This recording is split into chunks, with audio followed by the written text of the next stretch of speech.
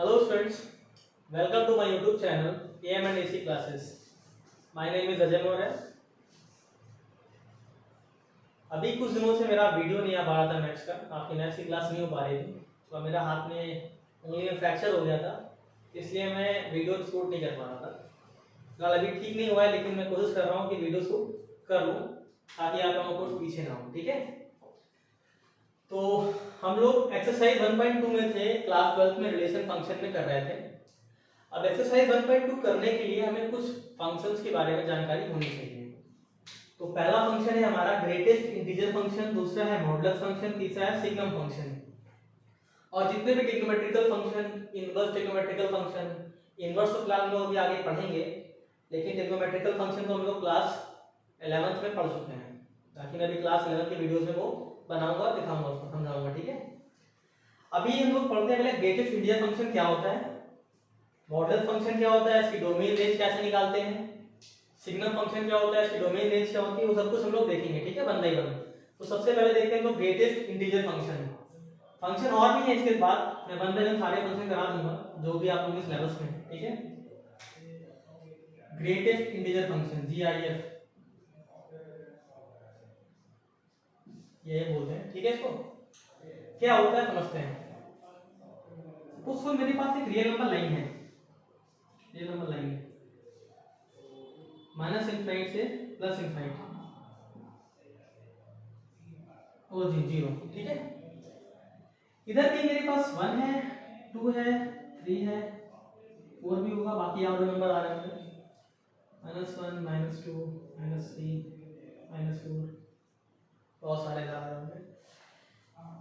GIF क्या होता है समझते हैं। जैसे मेरे पास कोई भी नंबर होता है, कोई भी नंबर है, मैंने कहा मेरे पास कोई भी नंबर है, डेसिमल वाला नंबर है, तो मैंने कहा 2.5, मैं 2.5 को कैसे लिखता हूं, मैंने कहा लिखा 2 + 0.5। ठीक है, 2 + 0.5। मेरे पास 3.5 है, 3.8 है, तो मैं इसको लिखूंगा 3 + 0.8। कुछ लोग कहेंगे सर हम 4 - 0.2 लिख दें। बेटा सही ये भी है, सही ये भी है, लेकिन हमें यहाँ जो फंक्शन पढ़ना है हमें उसके अकॉर्डिंग पढ़ना पड़ेगी बातें। ठीक है, जो फंक्शन है हमारे पास ग्रेटेस्ट इंटीजर फंक्शन देखना है, तो हमें इस फंक्शन के हिसाब से काम करना होगा। ठीक है, तो मैंने कहा 3 + 0.8 4 - 0.2 लिख सकते हैं, लेकिन यहाँ जो ये फ्रैक्शन बन रहा है, ये फ्रैक्शन कैसा है, ये फ्रैक्शन पॉजिटिव है, फ्रैक्शन इज पॉजिटिव। यहाँ फ्रैक्शन कैसा आ रहा है, यहाँ फ्रैक्शन नेगेटिव है।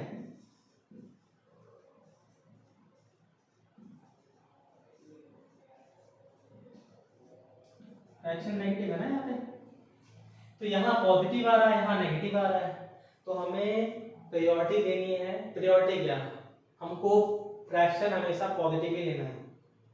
ठीक है, हमेशा हम लोग फ्रैक्शन को पॉजिटिव लेंगे। ये बात मैं क्यों बता रहा हूँ, इसका भी लॉजिक है, बताता हूँ। सपोज करो मेरे पास माइनस का 3.5 लिखा है, तो कुछ लोग कहेंगे सर हम इसको -3 और -0.5 लिख लें। कुछ लोग कहेंगे सर इसको -4 और प्लस का 0.5 लिख लें। बेटा ये वाला सही है और ये वाला गलत है। इस फंक्शन के केस में हमें फ्रैक्शन कैसा लेना है, पॉजिटिव लेना है। यहाँ फ्रैक्शन नेगेटिव है, यहाँ कैसा है, पॉजिटिव है, नहीं ये वाला केस मेरा सही है। अब ये जो नंबर आ रहा है और ये जो नंबर फ्रैक्शन आ रहा है, इन दोनों की कुछ खास बातें होती हैं। यानी हम लोग किसी भी नंबर को किसी भी रियल नंबर को हम लोग दो पार्ट में लिख सकते हैं। पहला तो उसका इंटीजर पार्ट, दूसरा पॉजिटिव फ्रैक्शन पार्ट। मैं एम्फसाइज कर रहा हूं वर्ड पे, पॉजिटिव फ्रैक्शन पार्ट। जो फ्रैक्शन पार्ट मतलब फ्रैक्शन होता है 0 से लेके 1 के बीच में, 0 से लेके 1 के बीच में। अब 1 इंक्लूड नहीं होगा, 0 इंक्लूड होगा, 0 इंक्लूड होगा लेकिन 1 इंक्लूड नहीं होगा। आई थिंक आप लोगों की बातें क्लियर हो रही होंगी। ठीक है, तो देखा है 0.5 है, कहा सर 4 को क्या लिखें, कहा सर बड़ा 4 + 0 लिख दो, 4 + 0 क्यों, फ्रैक्शन में 0 आता है, 1 नहीं आता, 1 नहीं लिखेंगे। किसी ने कहा 5 को क्या 4 + 1 लिखते क्या, बड़ा गलत है ये, 1 को इंक्लूड नहीं किया जाता फ्रैक्शन में। फ्रैक्शन में केवल और केवल क्या आता है, 0 से लेके 1 तक के नंबर आते हैं। लेकिन 0 को इंक्लूड करते हैं, 1 को इंक्लूड नहीं करते हैं। यानी सिंपल सी मैं मोटी बात यहाँ लिखे दे रहा हूँ, यहाँ समझने वाली बात जो है, फ्रैक्शन जो होगा 0 से बड़ा होगा और लेस देन 1 होगा। ठीक, इतनी बातें मैंने ये समझाई हैं ताकि मैं इस फंक्शन को बता पाऊँ, समझा पाऊँ। ठीक है, आई होप आप लोगों को इतनी बातें क्लियर हो रही होंगी। ठीक है, सभी लोग इसको नोट करें, देन मैं इसको रख करता हूँ। आई होप सभी लोग नोट कर लिया होगा इसको।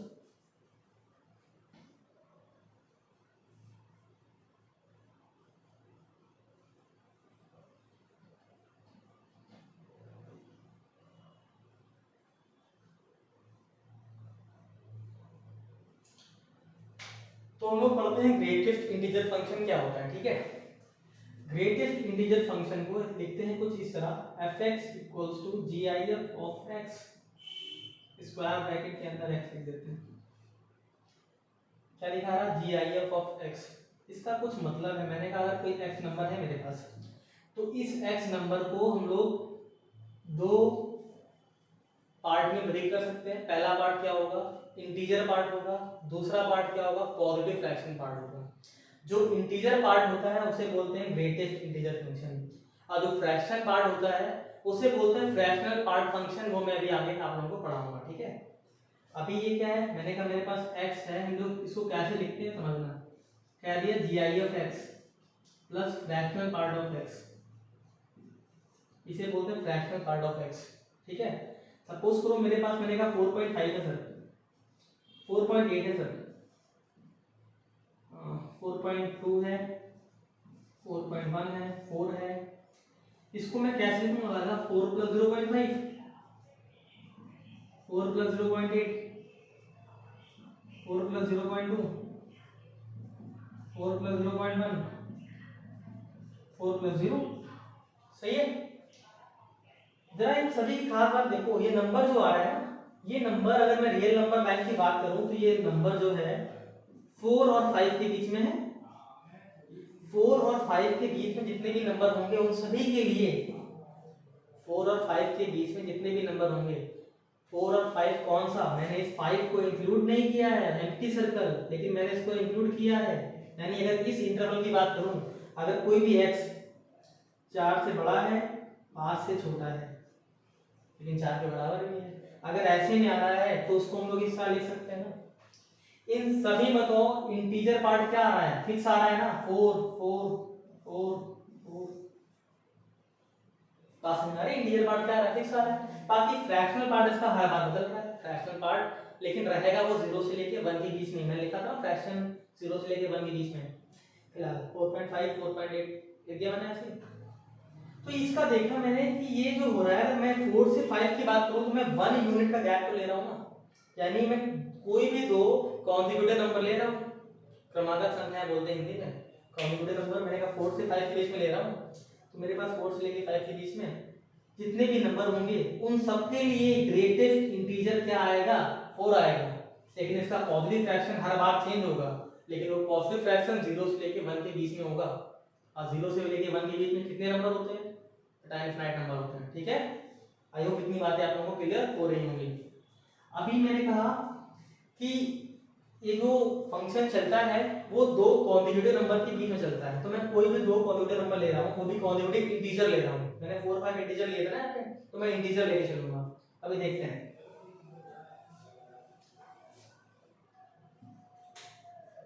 मैंने कहा y इक्वल्स टू, पहले तो मैंने x पे फंक्शन डिफाइन किया कि x जो है, सपोज करो greater than n less than n plus 1, if x जो है n से बड़ा है और n प्लस 1 से क्या छोटा है। यहाँ जो x हमारे पास है वो n और n प्लस 1 के बीच में है, where n belongs to z। n हमारा क्या है, एक इंटीजर में बिलोंग कर रहा है, where n belongs to z integer. ठीक है, तो यहाँ अगर x की वैल्यू n और n प्लस 1 के बीच में, तो भी देखा हमने अगर n इंटीजर हो रहा है तो इसका gif क्या आ रहा था, अगर मैं y equals to fx is equals to gif x लिखूं तो ये क्या आएगा, पास में ये तो n आएगा, बिल्कुल n आएगा, no doubt. y equals to fx G of x equals to n. तो ये मेरे पास अगर x n और n प्लस वन के बीच में है where n belongs to z, तो फंक्शन की वैल्यू क्या आने वाली है n। सपोज करो अगर मेरे पास कोई भी नंबर है x 1 और 2 के बीच में, तो उसका jf क्या आएगा, कंफर्म है 1 आएगा। 2 और 3 के बीच में अगर है तो उसका jf कितना आएगा मेरे पास 2 आएगा। 3 और 4 के बीच में है 3 आएगा। 4 और 5 के बीच में है 4 आएगा। ऐसे ही अलग अलग आता रहेगा। इतनी बात क्लियर है। यानी कि देखा जाए तो ये इस फंक्शन का हम लोग ग्राफ भी ड्रॉ कर सकते हैं। अगर आप लोग खुद बताएं, जब मैंने फंक्शन बताया था, फंक्शन की डोमेन बताया था, तो फंक्शन एज अ रूल जब मैंने पढ़ाया था तो फंक्शन का डोमेन मैंने क्या बताया था, set of all values of x for which function is defined ना। तो यहां बताओ जो x की वैल्यूज हैं वो कहां से ली जा रही हैं, x की वैल्यूज एक्चुअली में रियल नंबर्स ली जा रही हैं। वो समझना कैसे देखना। इसमें जो लिखा है ना n और n प्लस वन के बीच में, सपोज करो मैंने ये रियल नंबर लाइन ली माइनस इनफाइनाइट से लेके प्लस इनफाइनाइट के बीच में, मैंने सबको ब्रेक किया 0 1 2 3 4 5, ऐसे -1 -2 -3 -4 -5 चला ना ऐसे। सपोज करो मैंने कहा अभी मैं n को लगा रहा हूँ 0 और 1, तो 0 और 1 लिया ना, 0 को इंक्लूड किया एक बार 1 सॉरी एक बार 0 इंक्लूड हुआ है, लेकिन एक बार 1 इंक्लूड नहीं हुआ है, अभी ओपन है। लेकिन बाद में जब हम लोग नेक्स्ट इंटरवल लेंगे 1 से 2, तो ये 1 भी तो इंक्लूड हो जा रहा है ना। यानी देखा जाए इतने ब्रेक हो के, लेकिन हर बार ये सब नंबर लिए जाएंगे ना, यानी कंप्लीट रियल नंबर लिए जाएंगे। देखो n से n प्लस 1 लिखा है, तो सर 1 से 2 होगा, 2 से 3 भी होगा, 3 से 4 भी होगा, 4 से 5 भी होगा। अब सभी नंबर रियल नंबर लाइन में एक ही बार लिए जा रहे हैं, सभी नंबर लिए जा रहे हैं ना। यानी जो इसका डोमेन बनेगा वो डोमेन क्या हो जाएगा, set R, set of all real number. ठीक है, तो इस फंक्शन को जो हम लोगों ने पढ़ा है इसका डोमेन क्या हो गया, कहते हैं डोमेन हो गया set of real number R। ठीक है, अब यही बात करते हैं रेंज क्या होगी फंक्शन की। तो फंक्शन की रेंज ही देखते हैं। अगर डोमेन R है तो इस फंक्शन की रेंज क्या हो रही होगी, तो कंफर्म है ना, हर बार इस फंक्शन से एक इंटीजर निकल के आ रहा है। हर बार इस फंक्शन से क्या निकल के आ रहा है, इंटीजर निकल के आ रहा है ना। यानी इस फंक्शन की रेंज मेरे पास क्या होगी, सेट ऑफ ऑल इंटीजर्स। मैंने कहा इसकी जो रेंज होगी वो होगी z, कैपिटल Z। ठीक है, आई होप इतनी बात आप लोगों को क्लियर हुई होंगी। इसका जरा ग्राफ भी समझते हैं अभी हम लोग। अभी इसको रब करते हैं, देन इसका ग्राफ देखते हैं। सभी लोग इसको नोट कर लें। आई होप सभी ने नोट कर लिया होगा। लोग आगे बढ़ते हैं। ठीक है,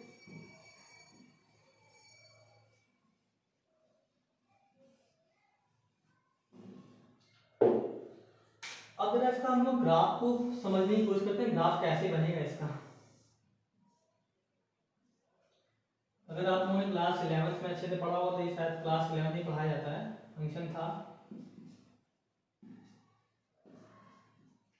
देखते हैं, जीरो को मैं एक बार इंक्लूड कर रहा हूँ, एक बार इंक्लूड नहीं कर रहा हूँ। मैंने जीरो को इंक्लूड यहाँ पे कर लिया, इस वाले में मैंने 1 को इंक्लूड। 0 से 1 के बीच में अगर है कोई भी नंबर x, अगर हम 0 से 1 के बीच में ले रहे हैं तो y की वैल्यू क्या आने वाली है, तो कंफर्म 0 आने वाली है सर। क्या आने वाली है, 0। सोच के बताओ, अगर x की वैल्यू 0 और 1 के बीच में है, 0 और 1 के बीच में है, तो y की वैल्यू कंफर्म 0 आएगी ना। यानी x 0 से लेके 1 के बीच में कुछ भी हो, लेकिन y क्या आएगा, हमेशा 0 आएगा ना। यानी कि यही तो रियल नंबर लाइन आ जाएगी मेरे पास 1 तक, लेकिन 1 इंक्लूड नहीं हो रहा है। सही है। अच्छा देखते हैं आगे। सपोज करो अगर 1 से लेके 2 के बीच में बात कर रहे होते हैं, तो 1 से लेके 2, लेकिन अब 1 तो इंक्लूड होगा ना, 1 से लेके 2, लेकिन 2 इंक्लूड नहीं हो रहा है, तो यहाँ से 2 हो रहा होगा तो 2 आ गया। ऐसे ही 2 से लेके 3 जब करना होगा तो y की वैल्यू कितनी आ रही होगी, देखो यहाँ पे y की वैल्यू 0 आ रही थी, लेकिन 1 से लेके 2 करेंगे तो y की वैल्यू कितनी आएगी, 1 आएगी ना। तो ये जो नंबर मेरे पास यहाँ आ रहा होगा, करस्पॉन्डिंग नंबर कितना आ रहा होगा, 1 आ रहा होगा। ऐसे ही करस्पॉन्डिंग नंबर 2 ऊपर चल रहा होगा, ऐसे ही 3 भी चल रहा होगा। 2 के करस्पॉन्डिंग देखते हैं तो ये चल रहा है कुछ, ये हो गया, यहाँ रखा है, ये चल रहा है, ये हो गया। ठीक है, ऐसे यहाँ आते हैं, ऊपर 1 है तो नीचे -1 भी तो हो रहा होगा ना। अगर कोई नंबर -1 और 0 के बीच में है तो उसका ग्रेटेस्ट इंटीजर कितना आएगा, -1 आएगा, कंफर्म है। ठीक है, तो ये नीचे की तरफ भी चल रहा होगा ऐसे ही, तो -1 यानी y की वैल्यू -1 रहेगी कब, जब -1 से 0, यानी यहाँ कहीं -1 होगा, इधर कहीं -2 भी होगा, -3 भी होगा, -4 भी होगा। जैसे यहाँ 1 है, ये 2 है, ये 3 है, ये 4 है, ठीक। सेम होता गया, यहाँ भी सेम गया, यहाँ भी सेम है। अब ये -1 है तो यहाँ पे ऐसा चल रहा होगा, यहाँ इंक्लूड हो रहा है लेकिन इसमें इंक्लूड नहीं होगा, ओपन सर्कल होगा, यहाँ इंक्लूड होगा ये। तो ऐसे ये एक स्टेप फंक्शन बन रहा है। देखिए सीढ़ियाँ हम लोगों ने स्टेप 1 बाय 1 स्टेप चला था ना, तो इसको हम लोग जीआईएफ फंक्शन या फिर स्टेप फंक्शन भी बोलते हैं। इस ग्राफ को देखते हुए स्टेप फंक्शन के नाम से भी जाना जाता है, ठीक है। दिखाई पड़ गया ग्राफ, तो ऐसे ग्राफ रहेगा इसका। देखो अब यहाँ डोमेन और रेंज भी क्लियर हो जाएगा अच्छे से। डोमेन क्या होता है, set of all values of x for which function define. तो मेरे पास सारे एक्स के लिए एक फंक्शन डिफाइन हो रहा है, कुछ ना कुछ तो आएगा, हर बार आएगा। उसके साथ साथ y की वैल्यू जो भी आ रही है हर बार वो एक इंटीजर आ रही है, देख लो हर बार इंटीजर आ रही है। 0 से लेके 1 तो 0 इंटीजर आ रहा है, 1 से लेके 2 तो 1 इंटीजर आ रहा है। हॉरिजॉन्टल लाइन है ना, इतनी सी हॉरिजॉन्टल लाइन 1 यूनिट की, 1 यूनिट की, 1 यूनिट की, और हर बार अलग अलग आ रही है, यानी सारा इंटीजर कवर कर लेगा ना ये। ऊपर पॉजिटिव ले लेगा, नीचे नेगेटिव ले लेगा, ये वाली लाइन जरूर ले लेती है, तो सारे इंटीजर भी हो गए इसके अंदर, ठीक है। आई होप आप लोगों को इतना ग्राफ एक क्लियर हुआ होगा, ठीक है। अब करते हैं इसको, बढ़ते हैं हम लोग फिर नेक्स्ट फंक्शन पे, that is called modulus function. Modulus से पहले हम लोग फ्रैक्शनल पार्ट फंक्शन भी पढ़ लेते हैं, क्या होता है समझते हैं।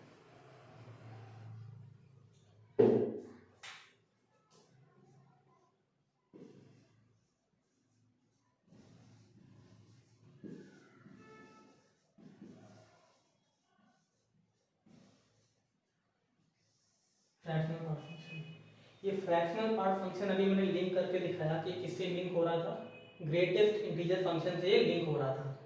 कैसे बताता हूँ, अभी मैंने लिख के बता दें, कोई भी अगर x, मेरे पास x बिलोंग्स टू r है, कोई भी x एक रियल नंबर है, तो हम लोग इस x को कैसे लिख सकते हैं। मैंने कहा GIF x plus fractional part of x। तो फ्रैक्शनल पार्ट ऑफ x की जो वैल्यू आ रही है वो कितनी आ रही है, x माइनस GIF x, ठीक है।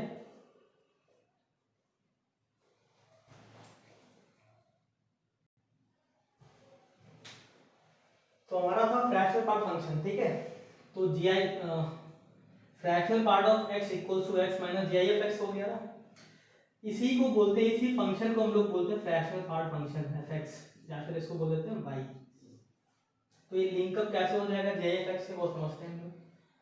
मुझे पता है कि x की जो वैल्यू थी, x की वैल्यू अगर n और n+1 के बीच में है, n और n+1 के बीच में है, कौन, x, n और n+1 के बीच में, तो इसका j कितना आता है, तो कंफर्म इसका j आता है n ना। अगर x n और n+1 के बीच में है तो we know GIF of x equals to n if x is between n and n+1 where n belongs to z, ठीक है। तो GIF x कितना आता है मेरे पास, n आता है। तो मुझे अगर x माइनस GIF x करना होगा इसमें, तो मैं तीनों तरफ माइनस GIF x कर दूंगा। मैंने यहाँ पे तीनों तरफ माइनस किया GIF x, तो x minus GIF x inequality है ये। आई होप आप लोगों ने क्लास 11 में पढ़ी होगी। x माइनस GIF x कितना आ जाएगा मेरे पास, n माइनस GIF x, और हम लोग GIF x की वैल्यू जानते हैं क्या होती है, ठीक है, क्या है, होती क्या है, ठीक है।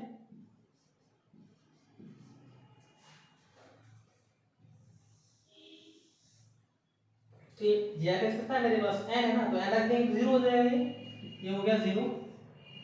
और ये क्या बन गया, ये बन गया fractional part of x, fractional part of x, sorry equal नहीं है यहाँ पे GIF x क्या आएगा, n कैंसिल आउट हो जाएगा, कितना आ गया मेरे पास, 1 आ गया ना। यानी मेरे पास मैंने देख लिया जो function fractional part of x है वो कंफर्म है 0 और 1 के बीच में आएगा। तो इसकी रेंज है वो एक्चुअली डोमेन पे डिपेंड ही नहीं कर रही है, इसकी रेंज डोमेन पे डिपेंड नहीं कर रही है। देखो ना x से फ्री आ रहा है, यहाँ कुछ भी हो लेकिन आएगा हमेशा 0 और 1 के बीच में आएगा, ठीक है। फिलहाल इतनी बात आई होप आप लोगों को क्लियर हुई होगी, ठीक है। अगर मैं इस फंक्शन के डोमेन की बात करूँ तो डोमेन क्या होगा इसका, तो डोमेन क्या होता है, हमने इसको डिफाइन करने के लिए किसकी हेल्प ली, तो ग्रेटेस्ट इंटीजर फंक्शन के लिए। अब ग्रेटेस्ट इंटीजर फंक्शन डोमेन क्या होता है मेरे पास, set of real number, and इसका भी डोमेन क्या होगा, सेट ऑफ रियल नंबर। क्यों बताया मैंने कि मैंने जो 1 1 के गैप यानी यूनिट यूनिट कर करके पूरे रियल नंबर लाइन को मैंने कई सारे अलग अलग पार्ट्स में ब्रेक कर लिया होगा, लेकिन सबको मिलाने पे मेरे पास क्या बन जाएगा, सबका मैं ले लूंगा यूनियन, तो क्या बन गया एक्चुअली में, वो रियल नंबर लाइन पूरी बन गई वो, ठीक है। तो for all n belongs to Z ये क्या बन जाएगा, कंप्लीट, ये कंप्लीट बन जाएगा real number line. Real number line में कोई भी नंबर एक ही बार आता है, ठीक है। इतनी बात आई होप आप लोगों को क्लियर हुई होगी। देन आते हैं रेंज पे। रेंज इसका क्या होगा, तो रेंज देख लिया कि सर fx की वैल्यू जो आ रही है 0 से लेकर 1 के बीच में आ रही है, कंफर्म हो गया। नहीं, रेंज जो इसका होगा वो 0 इंक्लूड होगा और 1 एक्सक्लूड होगा। ये इसका क्या आ गया मेरे पास, रेंज। तो method of real number, range क्या है, क्लोज से लेकर 1। आई होप इतनी बात आप लोगों को क्लियर हुई होगी। ये फ्रैक्शनल पार्ट फंक्शन हो गया। अब हम लोग आते हैं मॉडुलस फंक्शन पे, ठीक है। थोड़ा करते हैं, सभी लोग नोट कर ले इसको। इसका ग्राफ भी देख लेते हैं पहले, तब इसको रब करते हैं, ठीक है।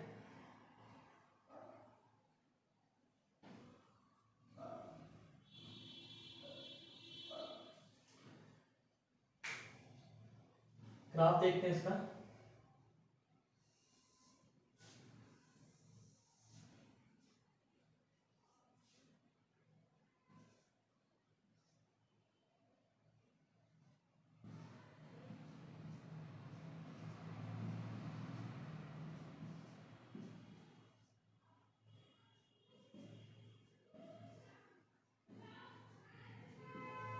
ठीक, नेगेटिव होता हुआ पॉजिटिव मेरे पास, इधर पे मेरे पास 1 है। मुझे पता है अभी जो मैंने निकाल के बताया, फ्रैक्शन इज ऑलवेज पॉजिटिव, 0 से लेके 1 के बीच में होगा, ठीक है। 0 से लेके 1 के बीच में भी होगा अगर मान लो मैंने x को ब्रेक किया हुआ है, अलग अलग इंटरवल से ब्रेक किया हुआ है। अगर मैं 0 से लेके 1 की भी लूँ, चाहे मैं 1 से लेके 2 लूँ, चाहे मैं 2 से लेके 3 लूँ, मैं x को अगर मैं ब्रेक कर रहा हूँ, अलग अलग इंटरवल से ब्रेक कर रहा हूँ, 0 से 1, 1 से 2, 2 से 3, 3 से 4, 4 से 5, यूनिट लेंथ के इंटरवल में ब्रेक कर रहा हूँ, मैंने ब्रेक किया। चाहे मैं ये इंटरवल लूँ, चाहे मैं ये इंटरवल लूँ, चाहे मैं ये इंटरवल लूँ, मेरे पास रेंज की जो वैल्यू है वो y की जो वैल्यू आ रही है वो 0 से लेके 1 के बीच में ही आ रही है, यानी हर बार 0 से लेके 1 के बीच में आ रहा है। डोमेन मैटर ही नहीं कर रहा है उसके लिए। बात समझ में आ रही है? आई थिंक आप लोगों को बात समझ में आ रही होगी। अच्छा, सपोज करो हमारे पास ये जो y equals to x minus GIF(x) था, इसी को तो फ्रैक्शनल पार्ट ऑफ x बोलते हैं ना। तो चाहे मैं y इक्वल्स टू लिख दूं, फिलहाल मैं इसको अब हटा रहा हूँ। ये है क्या एक्चुअली में, अगर क्लास 11th में स्ट्रेट लाइन पढ़ी हो, GIF(x) तो एक नंबर आएगा ना हर बार, it is a number always. अगर मैं 0 से लेके 1 के बीच में हूँ तो ये 0 आ जाएगा, 1 से लेके 2 में हूँ तो 1 आ जाएगा, यानी कांस्टेंट है, हर बार कांस्टेंट है, ये नंबर हमेशा हर बार चेंज होता रहेगा। लेकिन ये रिप्रेजेंट क्या कर रहा है, ये एक स्ट्रेट लाइन को रिप्रेजेंट कर रही है। ये क्या रिप्रेजेंट कर रही है, एक स्ट्रेट लाइन। इस स्ट्रेट लाइन का स्लोप कितना है, तो हम जानते हैं y equals to mx plus c। x का कोएफिशिएंट कितना है मेरे पास 1, यानी m की वैल्यू कितनी है 1, tan 45 डिग्री, यानी कि कितने डिग्री बनी होगी है 45 degree from positive x axis, ठीक है।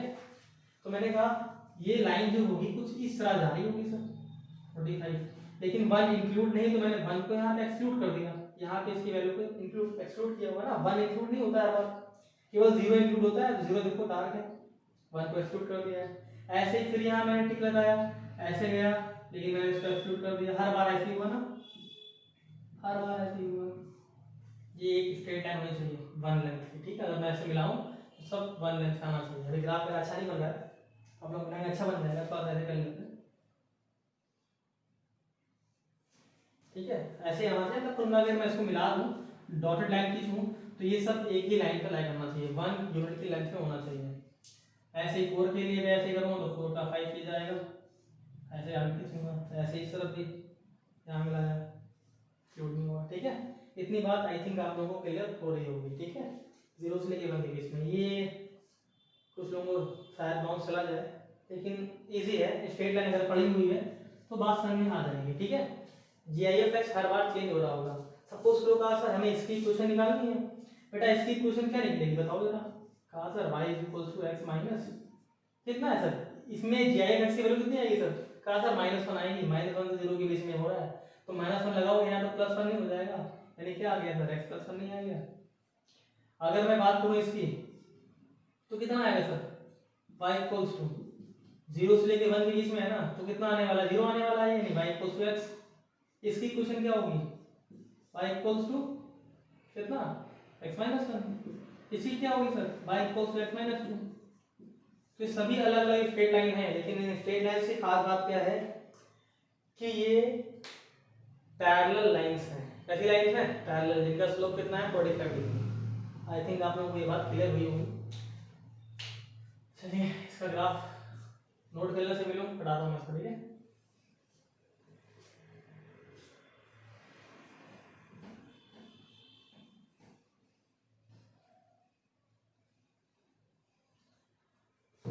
हम लोग बात करते हैं मॉडुलस फंक्शन की। थर्ड मोस्ट इंपॉर्टेंट फंक्शन है मॉडुलस फंक्शन।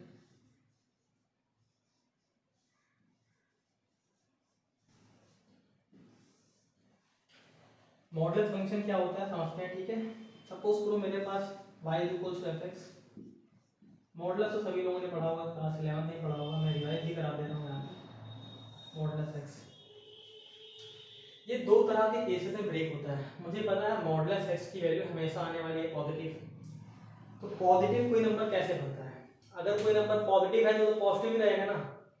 अगर कोई नंबर नेगेटिव है तो उसमें माइनस से मल्टीप्लाई कर दूं तो वो क्या बन जाएगा, पॉजिटिव बन जाएगा। सिंपल सी बात माइंड में आ गई। सर मॉडुलस x लगा है, इट इज ऑलवेज पॉजिटिव, ये हमेशा कैसा रहने वाला है, पॉजिटिव रहने वाला है।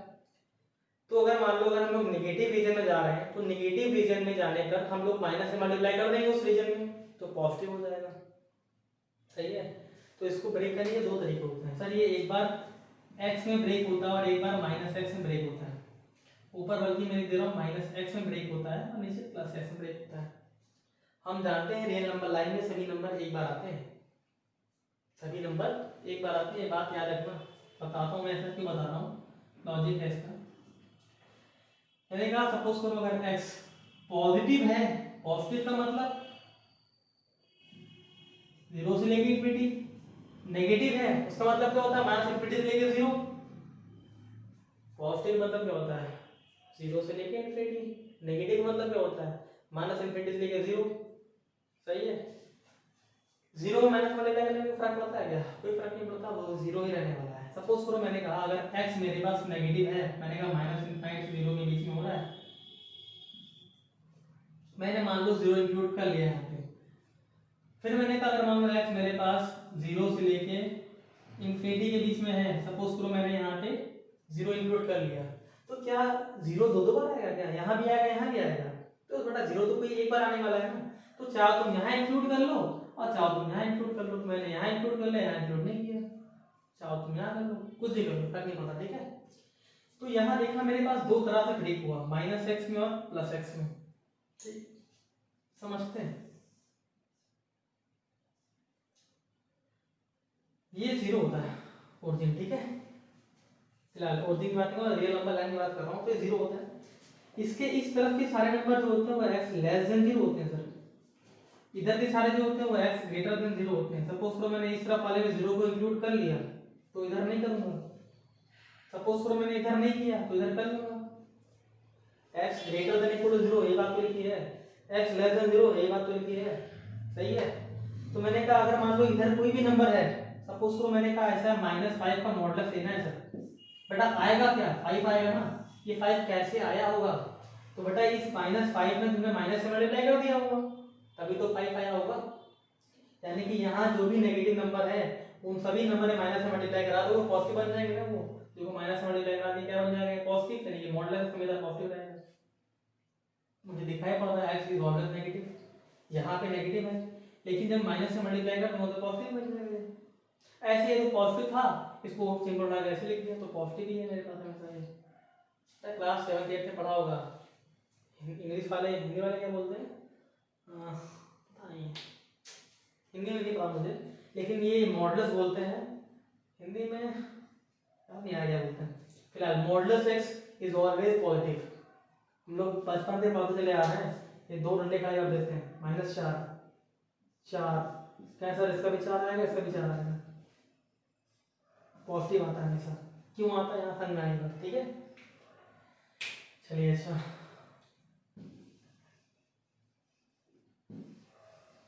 तो इतनी बात समझ में आई कि ये जो फंक्शन ब्रेक होता है दो तरह से ब्रेक होता है, -x में और +x में, ठीक। यानी इसका अगर मैं डोमेन की बात करूँ तो इसका डोमेन क्या है मेरे पास, domain is set of all real numbers. Domain क्या हो गया इसका, क्यों देखो ना, सभी सेट ऑफ रियल नंबर्स के डिफाइन हो रहे हैं। ये नेगेटिव रीजन के लिए, ये पॉजिटिव रीजन के लिए, अब जीरो इंक्लूड भी कर लिया मैंने यहाँ पे, तो डोमेन इसका क्या हो गया, set of all real number. अगर मैं बात करूँ रेंज की, तो रेंज क्या हो गया, ऑलवेज पॉजिटिव, लेकिन जीरो को इंक्लूड कर लेंगे हम लोग, ठीक है। तो रेंज जो होगी इसकी 0 से लेके इंफिनिटी, ये इंटरवल होगा। कुछ लोग इस इंटरवल को ऐसे भी लिख देते हैं सर, r माइनस इंफिनिटी से 0, कैसे भी लिख सकते हैं आप लोग, ठीक है। ऐसे भी लिख लीजिए, ऐसे लिख लीजिए, बात एक ही है, ठीक है। देखो कितनी बात आप लोगों को क्लियर हुई। ग्राफ बना देता हूँ मैं, ग्राफ कैसे बनाना होता है इसका, ग्राफ भी बहुत इजी है, दिखाई पड़ रहा है हम लोग को। एक बार y की वैल्यू -x आएगी, एक बार y की वैल्यू +x आएगी। तो दिखाई पड़ रहा है अगर y की वैल्यू -x है और y की वैल्यू +x है और दो अलग अलग रीजन में है, y इक्वल्स टू -x कब हो रहा है, जब हम लोग नेगेटिव रीजन में है, +x कब हो रहा है, जब हम लोग पॉजिटिव रीजन में है, ठीक है। तो देखा अगर y इक्वल्स टू -x की बात करें तो ये क्या होता है, 135 डिग्री एंगल पे होता है ना ये, और 45 ये वाला ऐसे होता है, यानी ये मेरे पास चलता चला जाएगा, ये y इक्वल्स टू +x, ये वाला चला चला जाएगा y इक्वल्स टू -x। तो बेटा ये क्या है, it is not a line, it is अ रे, इट इज अ रे। क्यों, इसका एंड पॉइंट पता है, ये पीछे नहीं जाएगा, पीछे चला गया तो ये अपने रीजन को ब्लॉक कर देगा ना, रीजन को क्रॉस कर देगा। रीजन क्या है इसका, -∞ से लेकर 0 के बीच में, ये क्या है 0 से लेकर ∞ के बीच में, तो ये पीछे नहीं आएगा, ये इधर नहीं जाएगा, ठीक है। दोनों पीछे की तरफ नहीं बढ़ सकते, यानी ये क्या है, दो रे हैं अलग अलग, y इक्वल्स टू x और y इक्वल्स टू -x, ठीक। कितना एंगल होगा ये, कहाँ से 45 डिग्री होगा, ये भी कैसा होगा सर, 135 डिग्री होगा। क्यों, स्ट्रेट लाइन पढ़ा होगा तो ये डाउट नहीं आ रहा होगा, ठीक है। तो ये है हमारे पास मॉडुलस फंक्शन। अब मॉडुलस फंक्शन में कई अलग अलग वैरायटी बनती है, तो मॉडुलस फंक्शन के आगे के कंसेप्ट मैं आप लोगों को क्लियर करूंगा। आज के लिए इतना ही रखते हैं, नहीं सिग्नम फंक्शन करा देते हैं आज के दिन, ठीक है, सिग्नम फंक्शन कंप्लीट कर देते हैं। सभी लोग इसको वीडियो पॉज करके इसको नोट कर लें, आई होप सभी लोग नोट कर लिया होगा।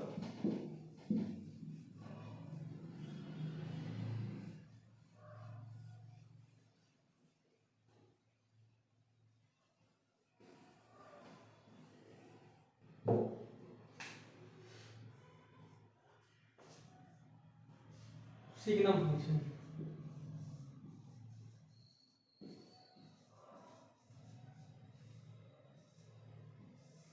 बहुत इजी फंक्शन होता है, y equals to SGN of x, ऐसे लिखते हैं SGN of x, signum of x। तीन तरह से ब्रेक होता है, -1 0 1। -1 कब होगा, जब भी x की वैल्यू <0 होगी। ये कब होगा, जब भी x की वैल्यू 0 होगी। ये कब होगा, जब भी x की वैल्यू > 0 होगी। तो देखा जाए इसको सिग्नम फंक्शन या साइन फंक्शन ही बोलते हैं। <0 के लिए सभी नंबर नेगेटिव आते हैं, तो ये -1, 0 तो 0 होता है, >0 के साथ में कैसे आते हैं, पॉजिटिव आते हैं, तो प्लस का वन याद करने का तरीका है, ठीक है। अब बताओ x <0 में कितने नंबर आते हैं, बहुत सारे नंबर आते हैं। अगर मैं अभी इसका ग्राफ की बात करूंगा, पहले ग्राफ से पहले इसको रियल नंबर लाने समझते हैं क्या है, मतलब ये 0 है, जब जब x की वैल्यू <0 हो रही है तो y की वैल्यू क्या आने वाली है, -1, और जब x की वैल्यू 0 हो रही है तो y की वैल्यू क्या आएगी, 0 आएगी, और जब x > 0 होगा तो y की वैल्यू कितनी आएगी मेरे पास, +1, ठीक है। ये बात मैंने यहाँ पे समझा दी। ग्राफ समझते हैं, पहले थोड़ा देखते हैं डोमेन क्या होगा। Domain set of all real number ना, सभी रियल नंबर लिखा होना है, set of all real number. अब बात करूँ रेंज की, तो बेटा रेंज में तो हमेशा केवल 3 वैल्यू आ रही है ना, कौन सी -1 0 और 1, और कुछ आएगा क्या बेटा? इतने बड़े इंटरवल की करस्पॉन्डिंग y की वैल्यू आएगी क्या? केवल -1। 0 के करस्पॉन्डिंग तो 0 आएगी, x ग्रेटर देन 0 की करस्पॉन्डिंग केवल एक नंबर आने वाला है, वो क्या आने वाला है? 1। यानी इसकी जो रेंज होगी वो एक सेट होगी, फाइनाइट सेट। कौन सा? -1 0 और 1। इसके रेंज में केवल 3 वैल्यू आ रही है, -1 0 और 1। आई थिंक आप लोगों को ये बात क्लियर हुई होगी। इसका ग्राफ भी देख लेते हैं हम लोग, ठीक है? सभी लोग वीडियो को पॉज करके इसको नोट कर ले। आई होप सभी नोट कर लिया होगा।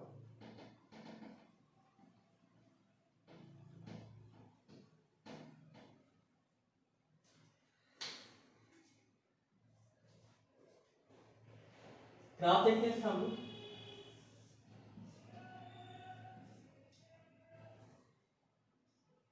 ये 0 है, इस तरफ जितने भी नंबर होंगे सबके लिए वैल्यू कितनी आने वाली है? कहा सर y इक्वल टू 1 आने वाला है। चलो y इक्वल टू 1 बना लिया।